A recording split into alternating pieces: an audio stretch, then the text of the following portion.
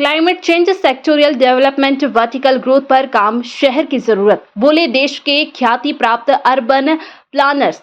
Master plan और 2047 के vision document के प्लानिंग समन्वय से करने की तैयारी। देश के ख्याति प्राप्त 5 प्लानर ने कल किया था शहर का भ्रमण। शाम को प्रशासन ने दिया था अपना प्रेजेंटेशन। आज पांचों प्लानर्स ने महत्वपूर्ण बैठक में अपना अपना प्रेजेंटेशन दिया। कलेक्टर आशीष सिंह ने बताया, प्रशासन फिलहाल विजन डॉक्यूमेंट 2047 और मास्टर प्लान पर काम कर रहा है। इसी प्रयास में अहम भूमिका निभाने के लिए देश के 5 ख्याति प्राप्त प्लानर्स ने शुक्रवार को अपना प्रेजेंटेशन दिया। सभी ने सुझाव में सिटी की सेक्टोरियल डेवलपमेंट, वर्टिकल ग्रोथ की सलाह दी। क्लाइमेट चेंज के मुताबिक ग्रीन बेल्ट बढ़ाना, वाटर बॉडी बेस्ड वर्क पर भी फोकस रहा है। देखिए, हम लोग एक तो इंदौर शहर के लिए 2047 का एक विज़न डॉक्यूमेंट भी तैयार कर रहे हैं और इसके साथ साथ जो आगामी मास्टर प्लान है उसकी भी तैयारी चालू है। इसी कड़ी में हम लोगों ने जो देश के ख्याति प्राप्त अर्बन प्लानर्स हैं, ऐसे 5 लोगों को यहाँ पर बुलाया था। कल उनके द्वारा पूरे शहर का भ्रमण किया गया और उसके बाद फिर सेकेंड हाफ में उनको हमारी तरफ से प्रेजेंटेशन दी गई कि शहर की क्या क्या स्थिति है, क्या समस्याएं हैं, क्या यहाँ पर प्लानिंग की आवश्यकता है। तो अपने भ्रमण के आधार पर और जो जानकारी उनको हमारे द्वारा प्रदान करी गई है, वेबसाइट से मिली, उसके आधार पर आज सभी जो 5 लोग आए थे उन्होंने अपनी अपनी प्रेजेंटेशंस दी और कुछ चीज़ें शहर के विकास के लिए, मास्टर प्लान के लिए या अन्य तरीके से क्या क्या चीज़ें आवश्यक हैं, इस हेतु उन्होंने सुझाव दिए हैं।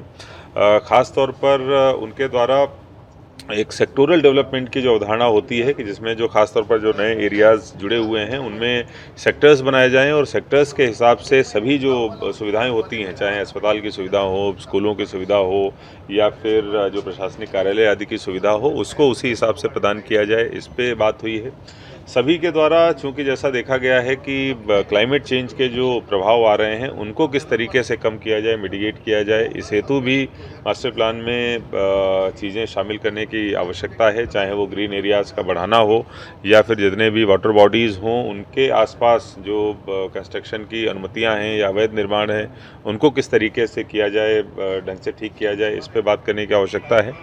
दूसरा, यहाँ पर उनके द्वारा ये देखा गया है कि एक जो फैलाव है शहर का, वो फिजिकल फैलाव बहुत ज़्यादा हो रहा है, वर्टिकल ग्रोथ यहाँ पर कम हो रही है। तो उस पर उनके द्वारा लगभग सभी के द्वारा ये राय दी गई है कि वर्टिकल ग्रोथ को प्रमोट करने के लिए कुछ प्रोविज़न जो हैं वो टीएनसीपी में, भूमि विकास नियम में या नगर निगम के नियमों में होने चाहिए, जिससे कि वर्टिकल ग्रोथ ज़्यादा हो और फिजिकल ग्रोथ कम हो, जिससे कि जो अलग अलग सर्विसेज होती हैं म्यूनिसिपैलिटी की वो बहुत अच्छे तरीके से प्रोवाइड कराई जा सकें। इसके अलावा अन्य भी कई सारे सुझाव उनके द्वारा दिए गए हैं, उन सबको हमने नोट भी किया है और जो भी आगामी प्लान बनेगा या जो फिर भविष्य की स्कीम्स आएंगे उनमें इनको सबको शामिल किया जाएगा। देखिए, वाटर लॉगिंग के कुछ ऐसे लगभग 26 जगह हमने आइडेंटिफाई करी हैं जहाँ पर पानी भराव ज़्यादा होता है, उसके लिए नगर निगम को निर्देशित किया गया है और उसके साथ साथ जो चैनल्स हैं उनको भी नगर निगम की तरफ से चिन्हांकित भी किया है, वहाँ से कार्रवाई भी हो रही है। एक बार इसको पुनः रिव्यू किया जाएगा और अगर आवश्यकता पड़ी कि कहीं पर काम रुका हुआ है तो निश्चित रूप से उसको चालू कराया जाएगा।